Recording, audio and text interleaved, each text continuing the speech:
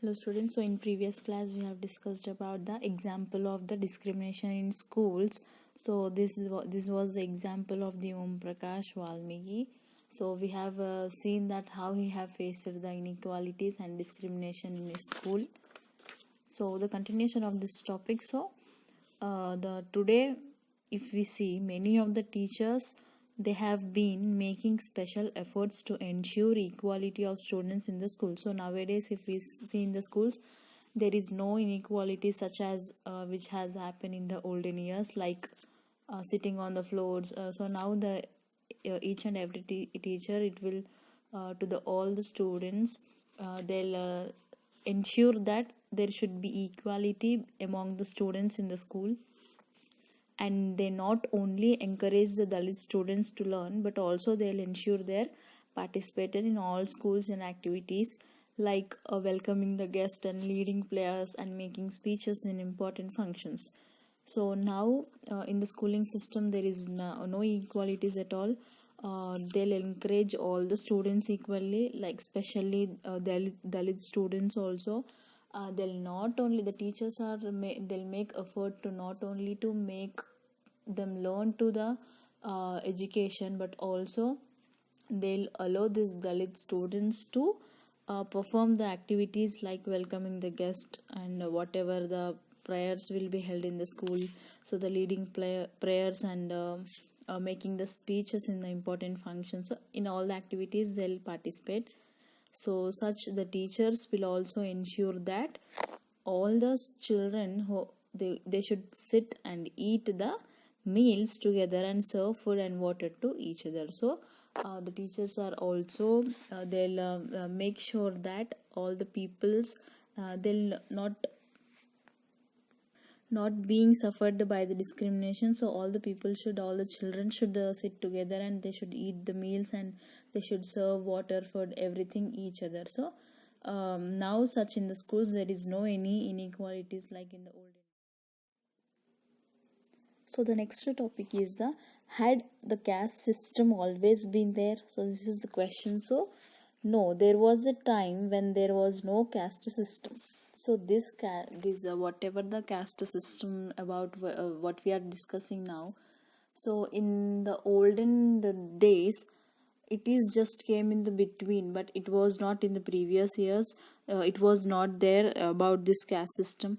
So we have seen, no, in the previous olden days of hunters who used to live, like we can see the lives of hunters and the tribal people who lives in the forests. So they did not have any caste system like this, and they did not have any discrimination and inequalities about this caste system. So some of the aspects of the Varna system, it has emerged in the latter Vedic period, in which the four major Varnas are there. It is Brahmana and Kshatriya, Vaishya and Shudra. So these are the four major Varnas in the period of Vedic period.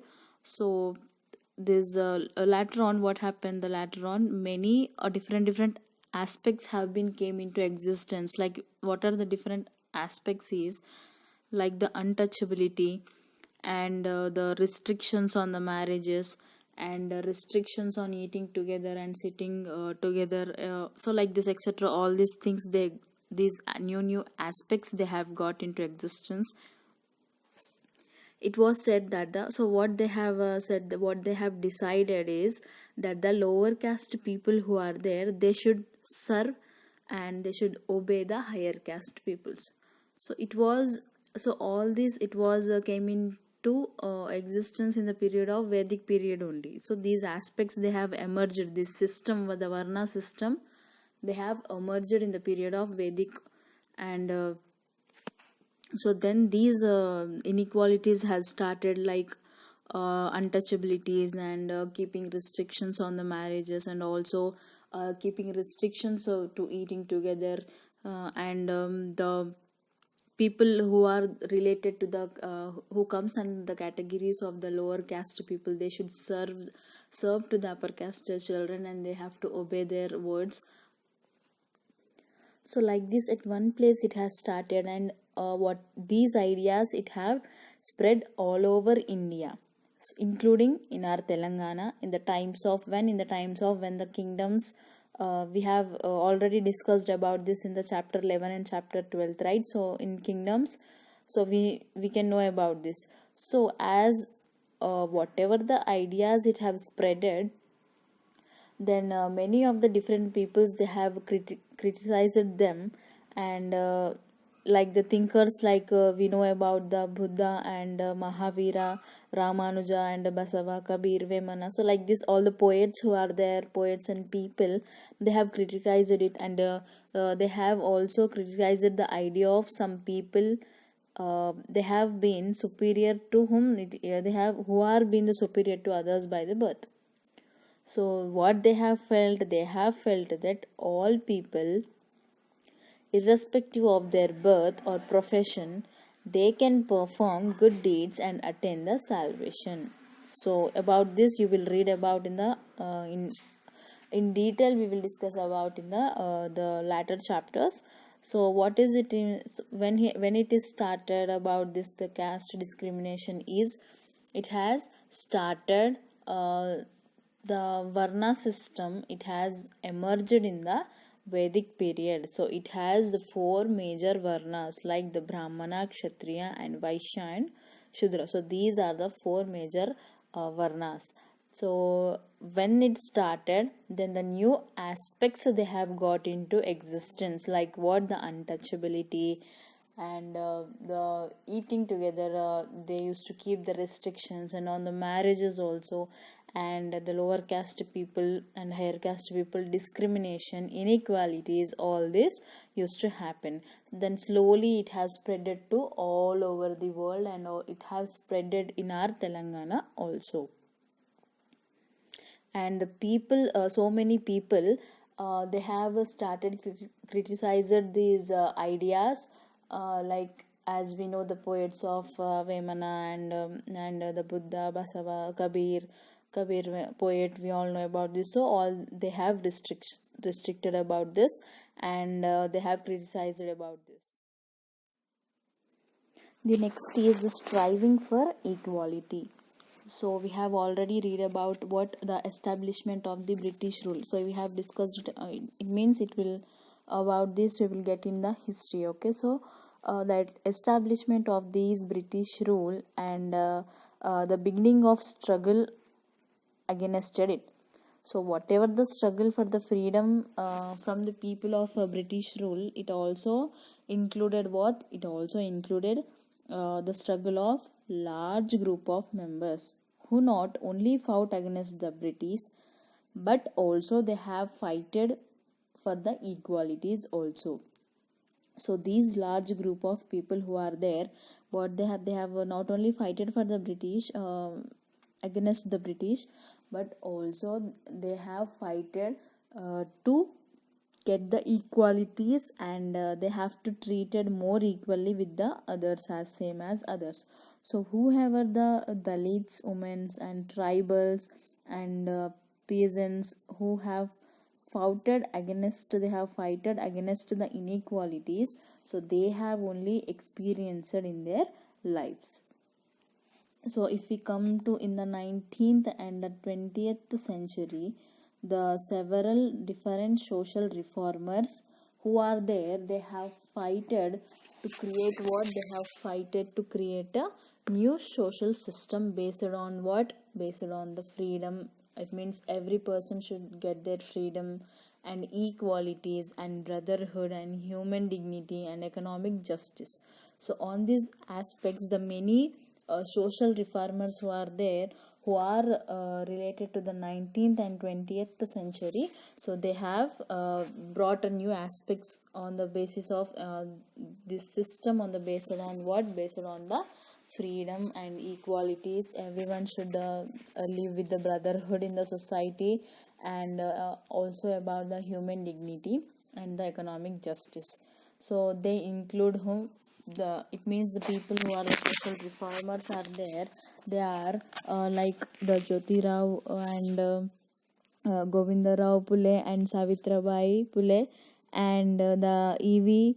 Ramasamy and Sri Narayana Guru, and Ayyankali. So about them we will read about them we will discuss in the later in your 8th classes also. So during the period of the colonial period, in the if we see in the state of our Telangana region also, it has completely social mobilization has emerged. So some of the so in this there are some of the important people they are involved in this. So who are they are the P Venkataswamy and also the Ishwara Bai and the TN Sadalakshmi and the CS Ethirajan and Arige the Ramaswamy and also the Venkataswamy and VS Venkatarao, etc. So these are the important people who involved in this during the period of colonial period in the social mobilization.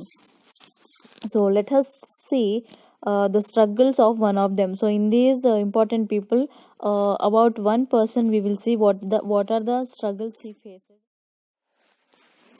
So now we are going to discuss about the important persons. One of them, he is the BS Venkatarao. His period is about 1896 to 1953. So these BS is nothing but here the Batula Venkatarao. He was born in the Hyderabad city. So he was popularly known as what?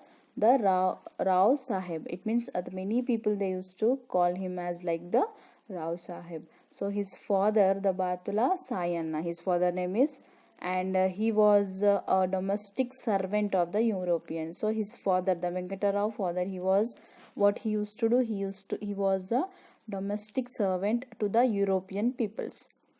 So these B.S. Venkatarao, he have studied, his education is he have studied up to the ninth class and he was well versed in English also.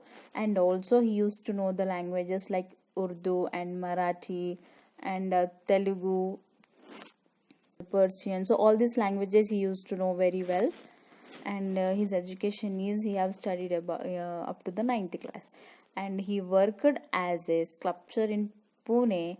And before joining the public works department of the Nizam's government, what he rose to a very high position in the government of the Nizam prior to the independence. So he have joined in where he have joined in the public works department of the government of Nizams, and also he have a good position, very high position in the government of Nizam. So having all the experienced untouchability and its impact on the classes, he was determined to eradicate it. So the Adi Dravida, it has a Sangam. They have formed with the objective, the main objective in the year of 1922. With the assistance, he have kept assistance of people like the Govinda Rajulu and also the Venkataswamy. So these Venkatrao, he have keep an assistance of these two people, and they have formed this Sangam, the Adi Dravida Sangam. So these in these it is related to the main objective of what? It is related to the main objective that including what? Abolition of the Devadasi system. And they have this main objective is also bringing unity, a good unity among the Dalit people. It means lower caste people. So these two are the main objectives. They have started is they have formed a sangam. They have started about this, and so later they also formed the Adi Hindu Mahasabha in the month of April in the year of 1927. So these two sangams they have formed with the main objectives which can change the society here. So a decade later, what happened after and the influential discussion at Pune, so what happened, they have formed a youth uh, league of what? The Ambedkarites. It means their main objective is that what they have started this with the main objective of getting education to the, especially to the Dalit people, the Dalit youth, young people, with the objective of good education they should get, and they should also know about the awareness about the whatever the inequality is happening, explosion is happening related to their castes. So this was later, it was renamed as what, the Hyderabad state, and it has the Hyderabad State Depressed Class Association. So this whatever the youth league they have formed, what is the name they have renamed it, the name is that the Hyderabad State Depressed Class Association. So the leaders of this organization, whoever the leaders are there who formed this the youth league, and who they have started, they went from one place to another place, and they have organized all the meetings among the people to make them what, to make them aware of the caste oppression and the movements taking place in the country of the all the Dalit caste, and they need to organize to defend themselves. So what is the main objective here to form this specially sangams? It is nothing but uh, just to make awareness to the people. So whoever the leaders are there related to this, the leaders of this organization, what they have done, they have went from one place to another place, and they have started organized meetings, they have started to keep the meetings, and they are giving awareness to the people about their caste. And like this, the movements taking place complete over the country, and the Dalit castes people who are there, they need to organize themselves, and also they have to defend themselves without anyone's support. So whatever the discrimination is happening with them, they have to defend it, right? So some of them also, some of the leaders also promoted what, religious reforms, so that who are the Dalits are there, they were freed for the caste superstitions. So they have constructed houses and libraries in what, Gasmandi area, and it is named as what, the Audi Nagar. So it is across the Hyderabad city. If we see, they have constructed what, they also constructed the 18 temples for the, especially for the Dalit people. So this B.S. Venkatrao, he have also a contribution to the Dalit upliftment in the state of what, in the state of the Hyderabad, and it was recognized by whom, it was recognized by the Dr. Baba Saheb Ambedkar. We all know about the Ambedkar, so he was invited to this, and who invited him to preside, and he have the Bombay Presidency Mahar Conference in 1936 at the place of Bombay. So the conference have taken, the conference was attended by many people, like nearly the 10,000 people, and unanimously the it is resolved to support the movement, and it is initiated by the Dr. B.R. Ambedkar. On 1st April in 1947, the Hyderabad Assembly, it has debated on the resolution which is moved by the Palayam Pillai. So it is on the date of what? On the date of the 1st April 1947, the state of Hyderabad. So this is recommending to the president in council as how much they have to grant of 20 lakh rupees for the classes of the states. So these Venkata Rao, they have moved, and they have amendment to the resolution which is raising to grant what, which is raising to grant the 1 crore rupees here. So the house, it is agreed to make the recommendation to the prime minister also, and he will grant 1 crore rupees as a fund. So according to the Nizam, the constitution, and whatever the depressed classes welfare funds are sanctioned, like the amount of 1 crore rupees for the same. So the Nizam has honored him by the award title of what? The Kushru-e Deccan. So this is the title he has got, and he was also elected to the Rajya Sabha by whom? By the State Legislative Assembly in the year of 1952.